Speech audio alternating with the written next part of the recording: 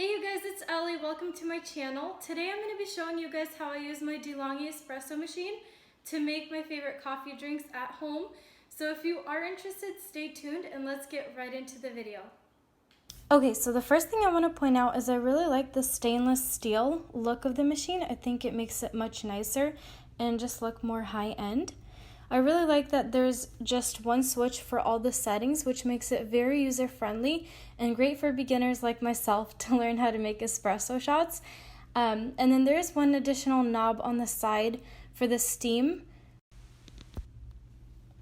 The top opens up for you to be able to refill the water and store the different size shot filters that you see on the right. The nozzle is super easy to remove. If you twist it to the left at a 45-degree angle, it will just come off the latch and you can pick which filter you are going to insert. You can see that I have the three of them laid out on the counter here. One is the double shot that we're going to be using today, and then there's a single one and another filter for pods. Alright, so now I'm going to show you guys how I prepare my espresso machine for brewing. The first thing, of course, is to make sure that you have enough water in the machine to actually make the espresso shots. And then you're going to select the size. So for me, I'm going to do the double, and then we're just going to place the other two up at the top there. I'm going to switch it to on and let the water start boiling while I prepare the coffee shot and the filter.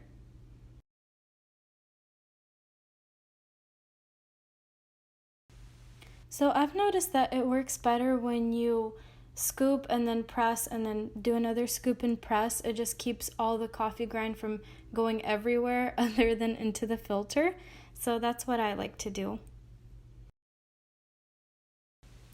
One of my friends has this DeLonghi espresso machine, but like an older version, and she said she's been using it for over 2 years now, and it's still going, it's still doing its job, so that's one of the other awesome things about this.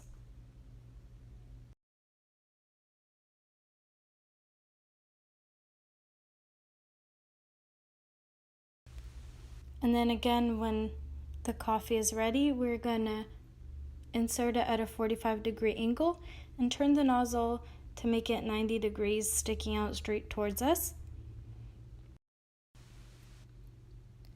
As you can see on the left, the little green light is on, so that means that the hot water is ready for making the shot. So I'm going to put my glasses up under the machine and go ahead and turn it on.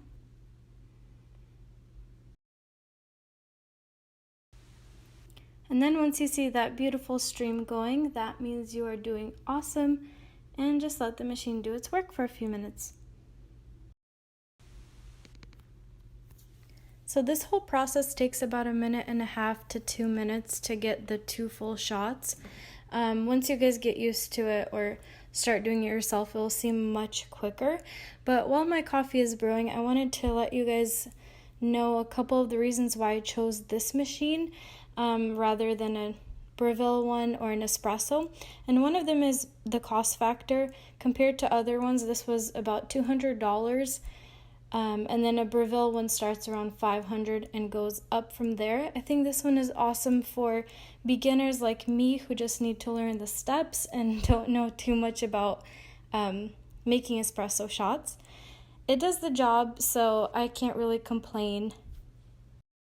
So this model had a 4.5 star average rating based on 44 reviews, so I felt like $200 was a pretty good investment in my case, because I do go to get coffee every single day, and just depending on where you go, it costs between $2.50 to $5 to just get 2 shots of espresso on ice, or of course the latte, which is closer to $5-6. Okay, so it looks like it's just about done here. We are going to move on to the next part. I'm going to turn it off, and we're going to switch it to the steaming so that it starts to boil the water for the steamer part.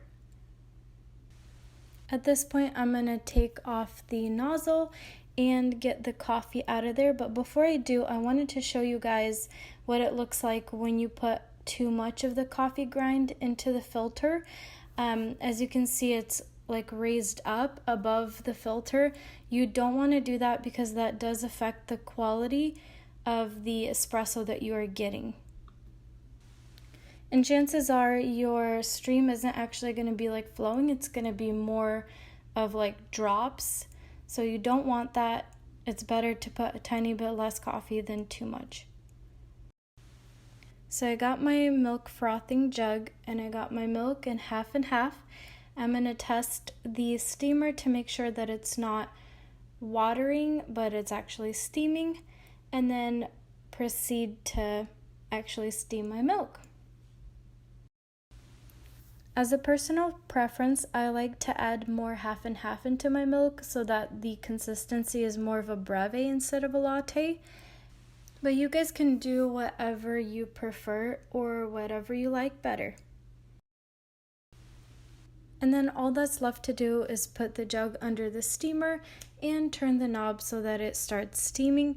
You can go ahead and do the hot milk setting or the cappuccino by flipping that little ring at the top of the steamer.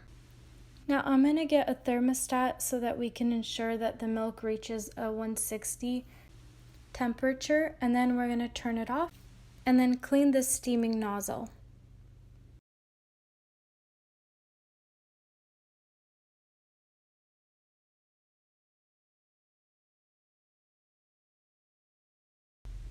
Okay, you guys, we are finally at the best part where you get to pour your shot into your mug and your hot milk, making your breve, latte, or cappuccino.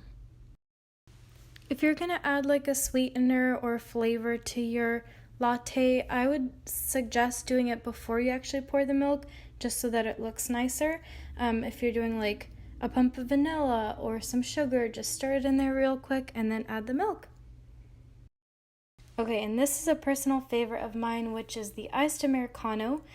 So what you're gonna need is to just put a bunch of ice into a cup, and then if you want to do like that ombre effect that they usually do at Starbucks or any coffee shop that you go to, you want to pour the milk in first. I didn't really do that here, but that's okay. So you'd pour the milk in first, and then you'd pour the shot over, and you'd have like that cool dark to light effect. For flavor purposes, it doesn't really matter whether you put the shot or the milk first, but there you guys have it.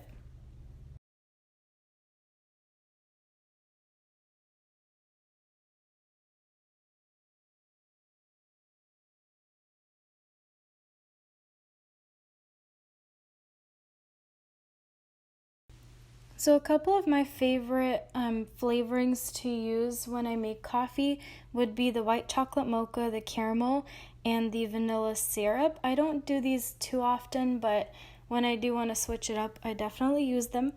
If you guys found this video helpful, please hit that like button and subscribe. I'd really appreciate it, and I'll see you guys in the next one.